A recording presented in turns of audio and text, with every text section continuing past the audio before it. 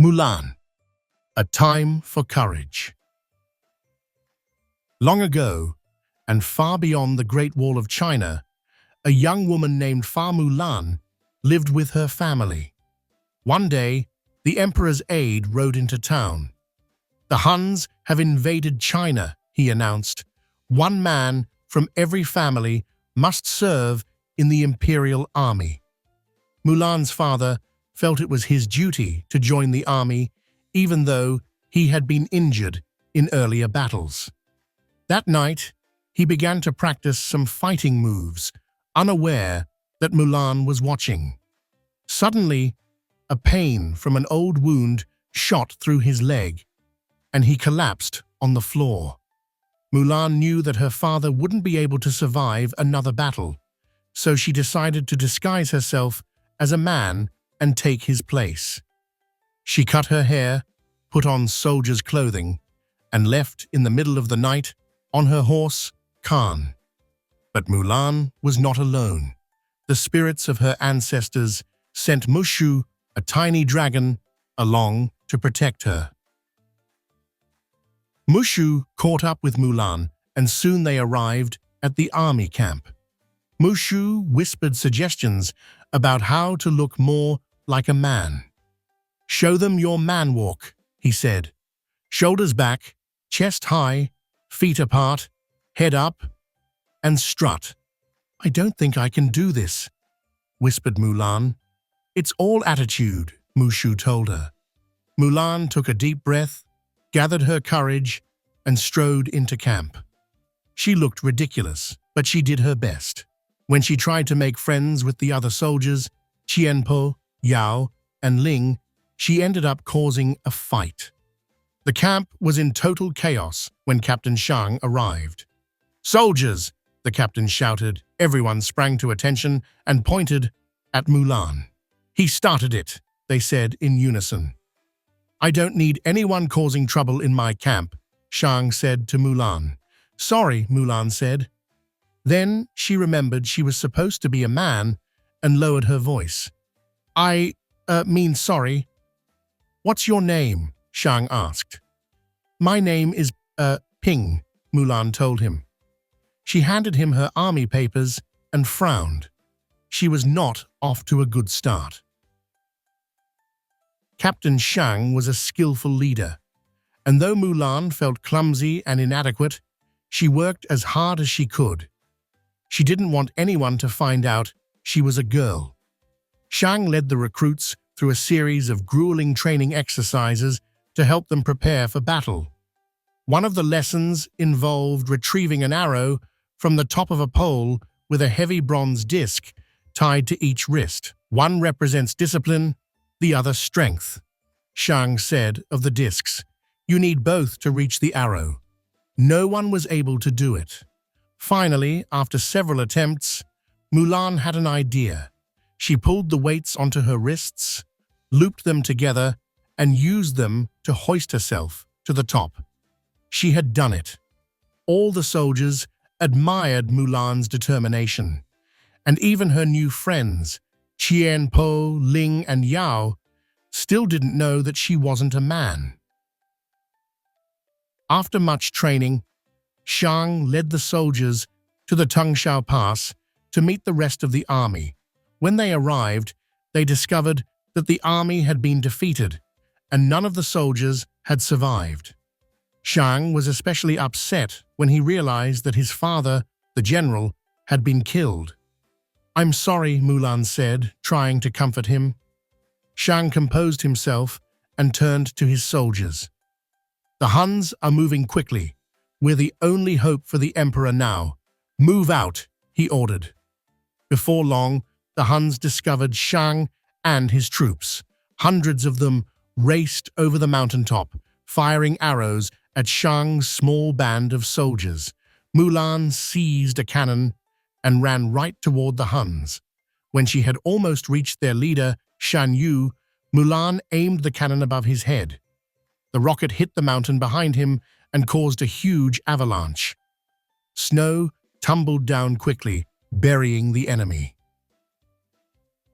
Mulan had been wounded, but she was still able to jump on her horse and pull Shang away from the snow just before he was buried. As Qian Po and the others helped them to safety, Shang looked at Mulan with admiration. "Ping, you are the craziest man I've ever met. For that, I owe you my life," he said. "From now on, you have my trust." But Mulan's wound had to be treated. It was then the soldiers learned that she was really a woman. At that time in China, Mulan's deception was punishable by death. Shang spared her. "A life for a life," he declared. "My debt is repaid." He told her she would not be allowed to continue on with the other soldiers. Dejected, Mulan watched the troops march away, leaving her alone with Mushu and Khan. With a heavy heart, she confided in the dragon, "I should never have left home. I just wanted to do things right, so that when I looked in the mirror, I would see someone worthwhile. But I was wrong. I see nothing." "You risked your life to help the people you love," Mushu replied. "But don't worry, things will work out." That quiet moment was shattered when Mulan realized that Shan Yu and a few of the Huns had survived. Racing on horseback to the imperial city, Mulan found Shang and told him what she had seen. "You don't belong here," he replied. "Go home." "You have to believe me," said Mulan. But Shang wouldn't listen. Soon, the Huns seized the emperor and ran into the palace. Mulan turned to her friends for help. Qianpo, Ling, and Yao tried to break down the palace door. It was no use. "Hey, I have an idea," Mulan called. Eager for the help of their quick-thinking friend, the soldiers let Mulan dress them as women. Then they used the sashes from their dresses to help them climb the palace columns. Shang realized that Mulan was trustworthy and joined their effort. Once inside, they attacked the unsuspecting Huns. Together, Mulan, Shang, and the others knocked out the Hun soldiers and rescued the emperor. Then Shang went after Shan Yu. Furious that the emperor had escaped, the Hun leader drew his sword. "You took away my victory," Shan Yu growled at Shang. "No," said Mulan, "I did." She pulled back her hair so Shan Yu would recognize her and Shang's life would be spared. "The soldier from the mountains," the Hun leader cried. He began to chase her. Leading Shan Yu to the top of the palace, Mulan grabbed his sword and pinned his cloak to the roof. Mushu shot toward him on a rocket. The little dragon jumped to safety just before the rocket blasted Shan Yu into a tower of fireworks. After the battle, the emperor approached Mulan. "I have heard a great deal about you, Fa Mulan," he said.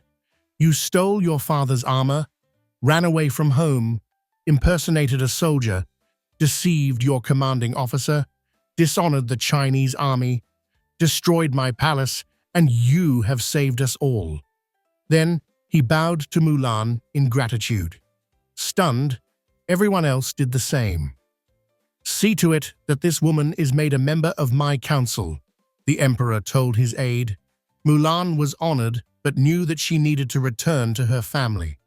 "Then take this so your family will know what you have done for me," the emperor said, handing her a pendant with his crest on it. Then he gave her Shan Yu's sword.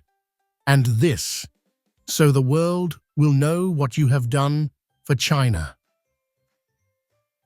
Mulan thanked the emperor and said goodbye to her friends. It was time to go home and face her father. At home, Mulan presented the emperor's pendant and Shan Yu's sword to her father. "They are gifts to honor the Fa family," she explained, and bowed her head. He put them aside and hugged Mulan. "The greatest gift and honor is having you for a daughter," he said. Shang had followed Mulan home. He realized that his feelings for her had grown. She had been very courageous, and he admired her for it. Mulan invited Shang to stay for dinner. He and her family celebrated, delighted everything had turned out so well. This is the end of this storybook. If you enjoyed it, please subscribe for more storybooks like this one. Join us in our next adventure. Bye for now.